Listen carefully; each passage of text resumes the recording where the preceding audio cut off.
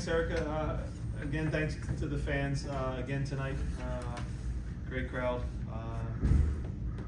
Decent start to the game. I thought first half did a good job of limiting Atlanta. It's still a very strong team. Took away, I thought, their key players, made it hard on them. Created some chances. Didn't finish, but also got in at halftime with the 0.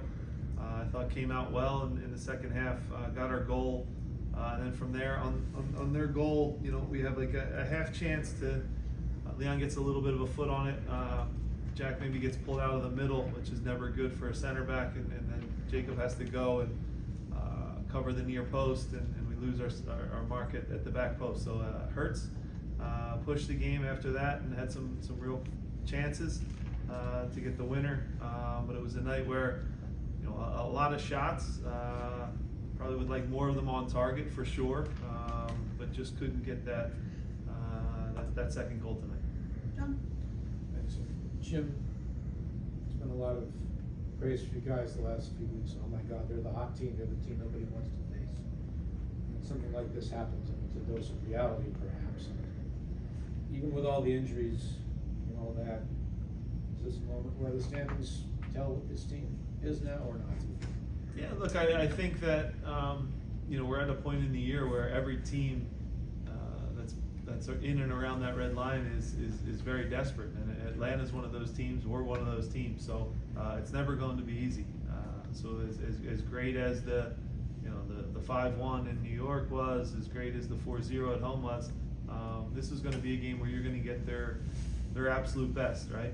So again, it's going to go down to the last day for sure for all these teams pushing to get in, and we've put ourselves in a situation where we're still in control of our own destiny, but at the same time our margin for error is very, very small, and not taking those extra 2 points tonight makes it a little bit more challenging. There's no question about that.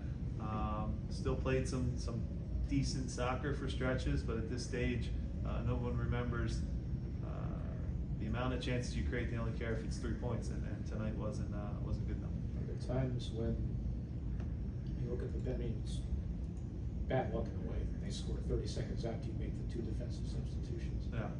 You look down the bench and say, now what in your own mind, and what do I have, or what's in your mind? No, we have obviously, in that moment, it starts actually with the throw-in from on the opposite side of the field where the cross came from. So there's a lot of things we could have done to prevent a goal. It's never just one thing. Again, at that stage, it's getting up towards the 70th minute. We make some changes to bring in some fresh legs with some experienced guys. And again, a little bit unlucky that they do score, pretty quickly. But at the same time, it's not the guys that came into the game's fault. We can do a better job as a team there, and get the ball cleared. So a lot of little mistakes on their goal. But again, if we take our chances a little bit better, we're talking about something different. Jeff?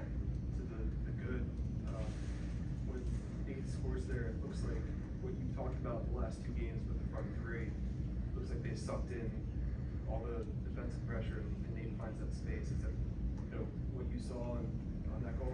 Yeah, look, Atlanta, first of all, defended the box really well tonight. They put 4 and 5 guys that kind of stayed home.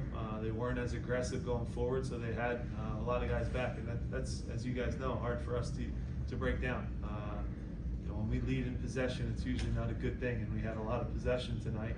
Created a lot, for sure, but not a lot of those clear-cut chances that we'd like to see. So, but yeah, the 3 of them were close to each other on the goal. That leaves the cutback open for Nate, and Nate did a good job of, you guys see it 100 times, have it 100 times tonight. You see guys get excited and put a ball into the 50th row, but Nate did a good job keeping his head down, locking his ankle, and keeping it low, and hit the back of the net. And at home, that goal should be enough. We should find a way to grind out an ugly win there, but we got punished. Did you feel like in and around the box there was maybe more shoot when you should have passing that you should have shoot type moments tonight? Yeah, I think just think of the last seconds of the game, right? We have a moment where there's a knockdown, we win a ball, two guys have a shot at it, you know, Guzan makes a good save, it comes out to Jacob, and even in that instance, I know everyone yells every time Jacob touches the ball to shoot, but if you look at Quinn on the towards the back post on that one, if we can stay calm, just a good ball on the ground to Quinny, I think he has a good look too, so rather than a shot from 25, 30 yards out, which is a lower percentage, but you know, Guzan played good tonight too. He made 3 or 4 saves that were turn back the clock type saves from Brad, so he's been in these types of games, he knows where his team is, he knows they need points, and I thought he was really strong for them tonight. You know, they're a team, like I said, that's fighting just like we are for every point right now. All a point hurts. You know, by the end of this thing, a point could be huge too. You know, so again, you know, we have to regroup. We got 2 tough games on the road against an Orlando team that's as hot as anybody. So we'll have to go down there, and then a Columbus team as well. That's also one of the best teams in the league, and then home against Cincinnati. So it's never easy. You know, we missed an opportunity tonight. 1 point you're never happy with at home. So at the same time now, we have to regroup quickly, recover, and finish off the next 2 games this week strong. Yeah. Emotionally, does the quick turnaround almost help? I wonder how you feel the emotions are of having a little bit of a mini run interrupted and now trying to start again. Yeah, I don't think it's, you know, look, it's always better to win and keep that momentum going. You know, it's always hard to go down to Orlando. It's going to be hot. It's going to be difficult. Again, they're in really good form. This team, though, has a way of surprising you, and our group will, I think, find a way to persevere and hopefully steal a game on the road and steal some points on the road. Every point at this stage is going to be huge. Again, we have the last game against Cincinnati. Who knows what it means to them at that stage? It's impossible to predict. What we do know is our next game in Orlando is going to be a real fight, and we have to make up for the 2 points that we missed tonight. You guys see how tight it is in and around the bottom of the Eastern Conference. There's a lot of teams that are still alive, a lot of teams that shouldn't still be alive that are, and that's the reality of the league, and we have to find a way to get in the playoffs, and anything can happen. Take a couple more right here. What are your thoughts on Danny's performance tonight? He took a good big knock in the first half, and he had the goal with the goal that was called back offside. Yeah, we had a couple called that were close, just a little bit offsides. You know, he took a good shot to the head. Brad came out and punched the ball, and he got a piece of Danny on that play. But Danny was typical Danny. You know, solid all night, worked hard defensively, created some chances, had some shots. A couple that were close, but just didn't go in tonight. So again, we'll regroup quickly.